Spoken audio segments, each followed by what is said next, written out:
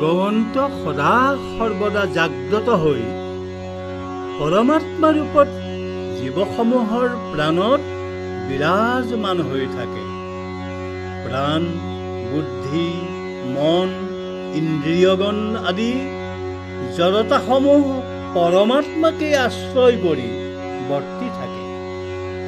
মানৱ দেহটো ২৪ তত্ত্বৰে আধাৰিত।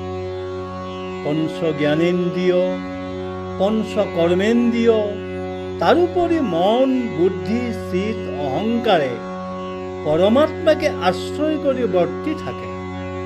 ইহঁত কোনোটোৱেই স্বতন্ত্ৰভাৱে চৈতন্য নহয়। যৰ যেতিয়ালৈকে চৈতন্যময় পৰমাত্মাক আশ্ৰয় কৰি বৰ্তি থাকে তেতিয়ালৈকে ২৪ তত্ত্বও চৈতন্য হৈ থাকে। কিন্তু পৰমাত্মাৰ লগত যোগসূত্ৰ এৰাই গ'লে সমস্তখিনি জড় হৈ পৰে। ৰাম কৃষ্ণ হৰি নাম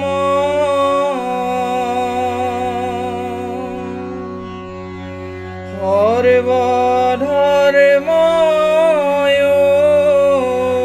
অনুপম সকল নিগম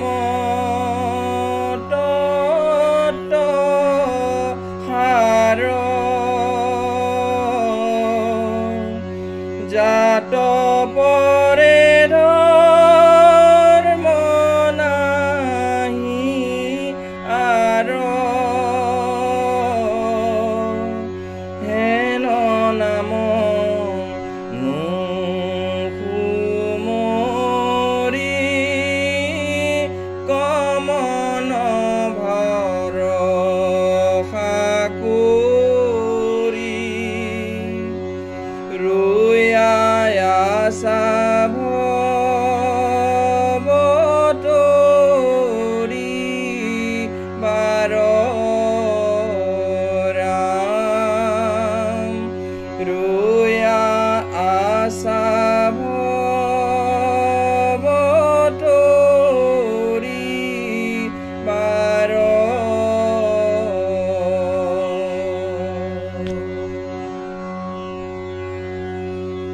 ভগৱন্তৰ তত্ত্ব যি শাস্ত্ৰত আছে সেয়ে নিগম।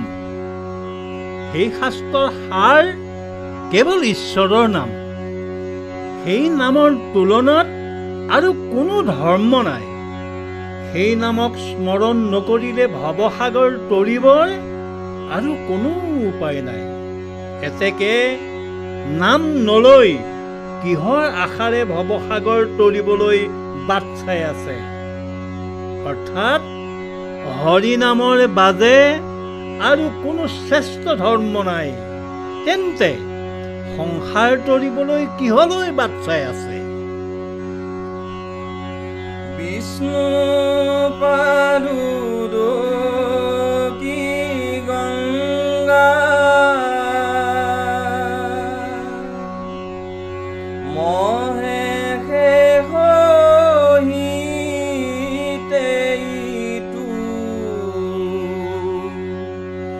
জগতকে পবিত্ৰ কৰয় হেন কৃষ্ণ বিনে কোন ভগৱন্ত হেন ইটো ভৱদৰ স্বৰূপ আশ্ৰয় ৰাম ভৱদৰ স্বৰূপ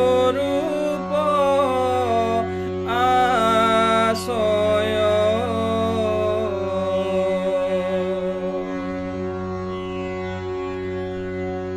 বিষ্ণুৰ পদৰ পৰা যি গংগা উৎপত্তি হৈ দেৱ আদি দেৱ মহেশ্বৰৰ জটাৰ ভিতৰৰ পৰা প্ৰবাহিত হৈ পৃথিৱীক পবিত্ৰ কৰিছে, তেনে কৃষ্ণ ভগৱন্ত শব্দতকৈ আৰু কোন ডাঙৰ দেৱতা আছে? এনেজন পৰম মংগলময় ভগৱন্ততকৈ কোন শ্ৰেষ্ঠ দেৱতা আৰু ভগৱন্ত শব্দৰ স্বৰূপ কোন শব্দ থাকিব পাৰে বাৰু?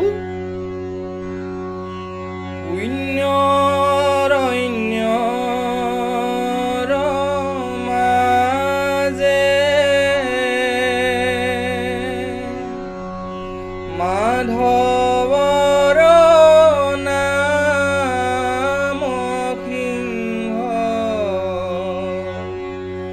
প্ৰকাশ কৰয় অতিবৰে,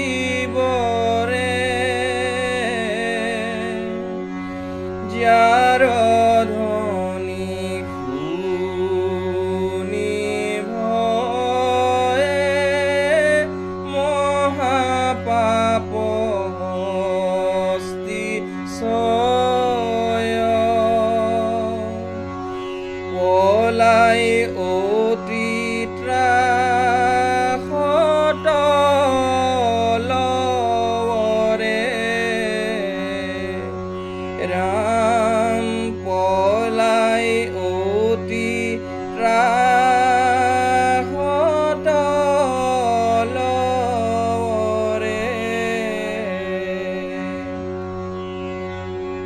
হৰিভকতিৰ ৰাজ্যখনক পুণ্য অৰণ্যৰ লগত তুলনা কৰিছে।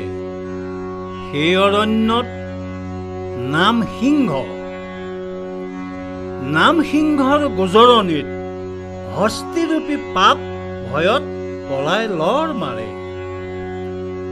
নৰতনু অৰণ্যত নামসিংহক বাস দিব পাৰিলে কাম, ক্ৰোধ, অহংকাৰ, হিংসা, চোৰ আদি মহাবলৱান হস্তিৰূপী পাপ সিংহৰ ভয়ত পলাই লৰ মাৰে। অৰ্থাৎ পুণ্য নৰতনুত নাম আৰু ঈশ্বৰক এক কৰি নামৰ ৰূপ ঈশ্বৰক অন্তৰত ৰাখি মুখে নাম ললে মহাপাপ হাতীৰ তুল্য হলেও নামসিংহৰ ভয়ত পলাই লৰ মাৰে। আপুনি আপোন বন্ধু,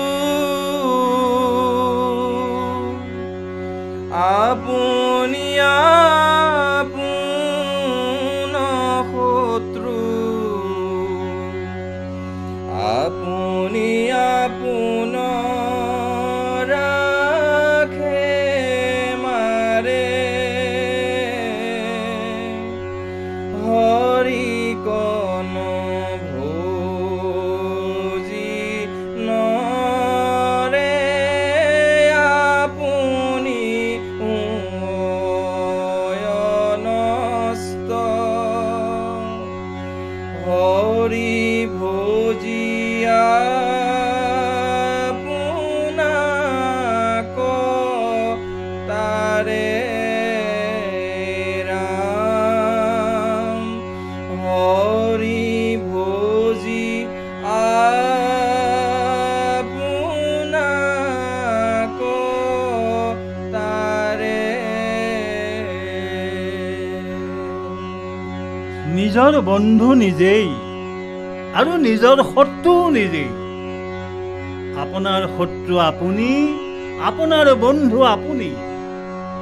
যি পৰকালৰ সদ্গতিৰ অৰ্থে সাধু সংগত, সৎ শিক্ষা, শৰণ ভজন ভক্তি, আচৰণ প্ৰৱৰ্তন, শ্ৰৱণ কীৰ্তন কৰি সদাচাৰী হয়, তেওঁই তেওঁৰ মিত্ৰ।